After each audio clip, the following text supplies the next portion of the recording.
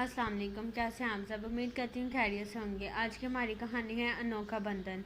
खालिद महमूद आसी बुजुर्गों से सुनते आए हैं कि जोड़े आसमानों पर बनते हैं। तजस्सुस था मगर दूर हो गया। तजस्सुस ने जब हकीकत का रूप धारा तो मेरी आंखें खुली की खुली रह गई। वाकई हुक्म रबी के हम सब ताबे हैं, यहाँ तक कि कायनात का ज़रा ज़रा अहकाम रबी के कम मरहूने मिन्नत है। हमारे ही गांव का वाक़या है कि गांव के दूसरे मोहल्ले में मेरे एक दोस्त तारिक की शादी थी।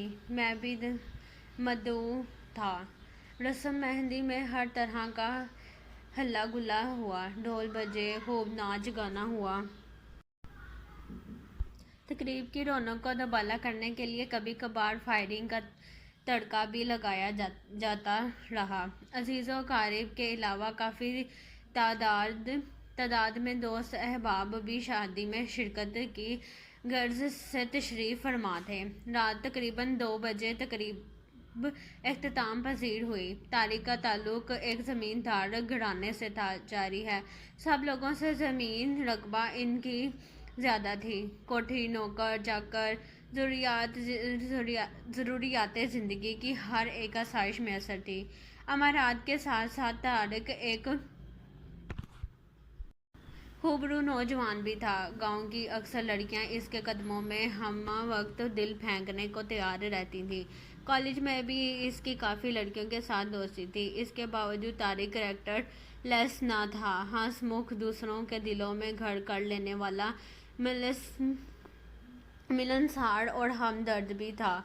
गांव में वो बिला तफरीक हर किसी का काम आता, दुख दर्द में शरीक होता। मेहंदी की रस्म से फारिग होने के बाद जिसको जहाँ जगह मिली लेट गया। मैं तो अपने घर लौट आया। सुबह मुझे मेरे एक दोस्त नुमान ने उठाया और बताया, सारे गांव में छान मारा, तारिक का कहीं पता नहीं चला। वो घर से गायब है। सारे अजीज़ों क़रीब और मेहमान परेशान हैं।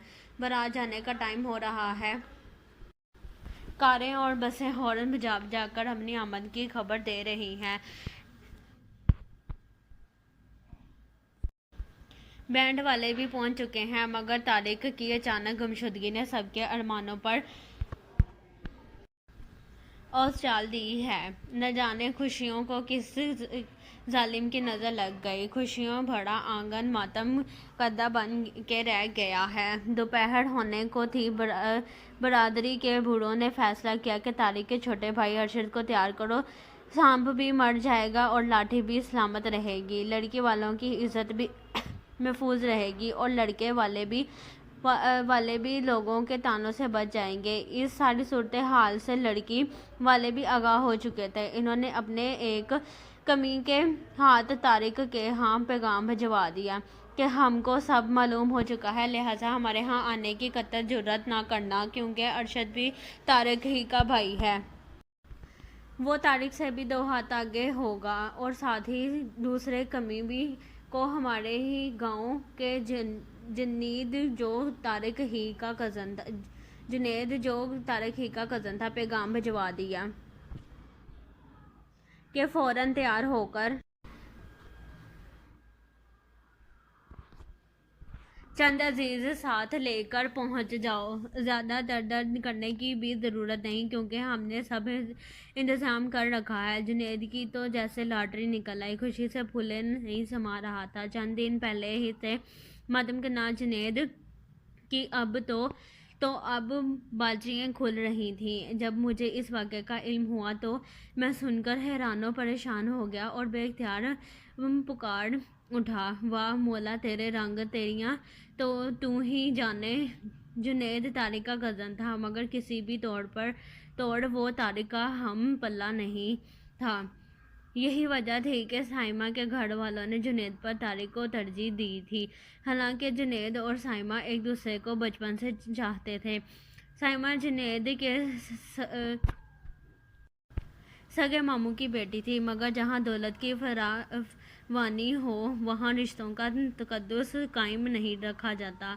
हर रिश्ता दौलत के तराजू में तोला जाता है। दौलत तो भाई के हाथों भाई को कत्ल करवा देती है। بیٹے کے ہاتھوں باپ کو مروا دیتی ہے۔ زمیندار تو ویسے بھی 1 انچ زمین کی خاطر خاندان کے خاندان تباہ کر دیتے ہیں، مگر زمین کا ٹکڑا کئی قتل کروانے کے بعد بھی مدعی اور مدعیہ کا منہ چڑھا رہا ہوتا ہے۔ جنید تیار ہوا، اپنی بچپن کی محبت کو پانے کے لیے ماموں کے ہاں پہنچ گیا۔ اس طرح 2 بچھڑنے والے آپس میں مل گئے۔ اس واقعہ کو کافی عرصہ بیت چکا ہے، مگر آج جب بھی ہمارے گاؤں میں کی آواز میرے کانوں سے ٹکراتی تو مجھے فوراً طارق والا واقعہ یاد آ جاتا ہے۔ جنید اور سائمہ کی شادی کے 2 سال بعد طارق دبئی سے لوٹ ہر ایک سے روپوش ہونے کے متعلق پوچھنے کی کوشش کرنے لگا، مگر اس نے کسی کو بھی سچی بات نہ بتائی۔ ایک شام میری اور طارق کی ملاقات کھیتوں میں ہوئی، کیونکہ ہم دونوں کی زمین ساتھ ساتھ تھی۔ میں نے اسے اپنے ڈھیرے پر بیٹھا لیا اور پوچھا، طارق تم نے سب کی عزت خاک میں کیوں ملا دی؟ خوشیوں بڑے یہ فارق کو خود اپنے ہی ہاتھوں سے آگ لگا گئے۔ کون سی ایسی مجبوری تھی جس کی وجہ سے تجھے ایسا کرنا پڑا؟ طارق کہنے لگا، حیدر بھائی، کسی ساری زندگی آگ میں جلنے سے بہتر تھا کہ چند دن کے لیے برابن بن جاتا، اور وہ میں بن گیا۔ میں ضمیر کا قیدی بن کر جینے سے موت کو ترجیح دیتا۔ ایسا کرنے سے میرے ضمیر پر جو بوجھ تھا، اب میں اس سے آزاد ہوں۔ الحمدللہ، اب میرے ضمیر پر کوئی بوجھ نہیں۔ اگر میں اس رات گھر سے نہ بھاگتا اور سائمہ کو بیاہ کر لے آتا، لوگوں کی نظر میں وہ بیوی بن جاتی، مگر جب اس کا دل ہی مجھے قبول نہ کرتا تو میں اس زندہ لاش کا کیا کرتا؟ حیدر بھائی، شادی کا مقصد تو یہ ہوتا ہے کہ زبان سے اقرار اور دل سے تصدیق۔ ہمارے معاشرے میں زبردستی یہ سب کچھ کروایا جاتا ہے۔ میں ایسی سختی کے خلاف ہوں۔ میرے علم میں تھا کہ سائمہ اور جنید بچپن سے ایک دوسرے کو چاہتے ہیں، اور ان کی محبت کے اس پاک رشتے کو میری دولت سے تولا جا رہا ہے، اور جنید کو اس لیے ٹھکرایا جا رہا ہے کہ وہ ہمارے ہم پلہ نہیں، حالانکہ سائمہ کے والد جنید کے سگے ماموں ہیں۔ مجھے یہ سب اچھا نہیں لگا۔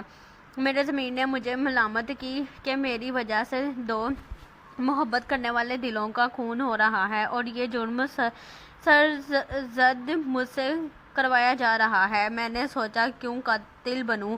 لوگ 4 دن باتیں بنائیں گے، برادری والے بھی میرے اہل خانہ کو کھٹی